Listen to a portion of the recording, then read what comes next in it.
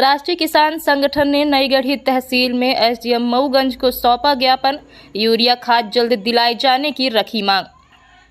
मऊगंज जिले के नईगढ़ी में राष्ट्रीय किसान संगठन के बैनर तले किसानों ने नईगढ़ी तहसील कार्यालय पहुंचकर अनुविभागीय अधिकारी मऊगंज राजेश मेहता को ज्ञापन पत्र सौंपते हुए नईगढ़ी क्षेत्र में यूरिया की किल्लत से परेशान किसान और खराब होती फसलों को बचाने के लिए ज्ञापन देकर किसानों ने खाद की मांग की। किसानों ने कहा कि अगर जल्दी और समय रहते यूरिया खाद सभी समितियों में उपलब्ध नहीं कराई जाती तो हम उग्र आंदोलन के लिए मजबूर होंगे, जिसकी संपूर्ण जवाबदारी शासन प्रशासन की होगी।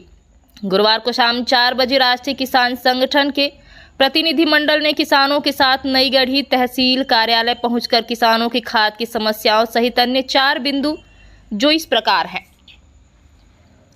खाद की कालाबाजारी पर रोक लगाई जाए। व्यापारियों द्वारा 266 रुपए की खाद दुगने दामों पर बेची जा रही है। किसानों को खाद के लिए बार बार चक्कर ना लगाना पड़े।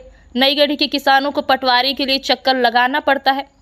पटवारी अपने मुख्यालय में कभी नहीं रहते हैं। सुमेधा कला के पूर्वी टोला माध्यमिक स्कूल में बच्चों को कभी भी मध्याह्न भोजन नहीं दिया जा रहा है। इसकी जांच कराकर उचित कार्यवाही की जाए। कंप्यूटर खसरा में नाम व रकबा को अशुद्धि प्रविष्ट को प्रशासनिक स्तर पर सुधार कराया जाए। किसानों ने विभिन्न मांगों को लेकर मऊगंज अनुभाग के एसडीएम को एक ज्ञापन पत्र सौंपा। एसडीएम मऊगंज राजेश मेहता ने आश्वासन दिया कि सोमवार तक नईगढ़ी क्षेत्र के सभी समितियों को खाद उपलब्ध करा दी जाएगी और किसानों की सभी समस्या का निदान हो जाएगा। अब यह देखना दिलचस्प होगा कि कब तक किसानों को खाद मिल पाती है या नहीं मिल पाती। वहीं किसानों का कहना है कि सोमवार तक अगर आपके आश्वासन के बाद भी खाद नहीं आती है तो हम उग्र आंदोलन और विशाल धरना प्रदर्शन के लिए बाध्य होंगे, जिसकी संपूर्ण जवाबदारी शासन प्रशासन की होगी। ज्ञापन सौंपने के दौरान मध्य प्रदेश राष्ट्रीय किसान संगठन के प्रवक्ता परमजीत सिंह, रीवा संभागीय मंत्री द्वारिका शुक्ला, मऊगंज जिला अध्यक्ष भाग्योदय सिंह, मऊगंज जिला उपाध्यक्ष राजेश शुक्ला, रामलालू शर्मा, भास्कर पांडे, अजय पांडे, उपेंद्र सिंह, संगम पांडे, ललन पांडे, शिवशंकर पांडे, राजा पटेल, राघवेंद्र सिंह आदि किसान शामिल रहे। आपकी क्या मांगे थी आज? जैसा कि हर वर्ष की तरह खरीफ फसल में यहाँ पर खेती हो रही है और सरकार के पास एक जानकारी भी है कि यहाँ पर धान मुख्य फसल है, बाकी अन्य फसल है, और उनके पास ये भी जानकारी कि यहाँ पर रासायनिक उर्वरक की कितनी ज़रूरत है। इसके बावजूद भी जुलाई महीने से यहाँ पर खाद की, खास करके यूरिया खाद की किल्लत है। हमारे द्वारा आज राष्ट्रीय किसान संगठन की तरफ से जब एसडीएम से मिलने गए तो उनके पास ये जानकारी नहीं है कि अभी तक जिले में, मऊगंज जिला में या नईगढ़ी तहसील में कितनी खाद आई है रासायनिक, न डीएपी का, न यूरिया, न जिंक, न फॉस्फेट, किसी चीज़ का जानकारी नहीं है। और कितनी इनकी ज़रूरत है ये तहसील को, ये भी जानकारी नहीं है। ये बताता है कि अधिकारी और सरकार की घोर लापरवाही है कि उनका जो मुख्य काम है कृषि क्षेत्र में, उनके पास ये जानकारी नहीं है।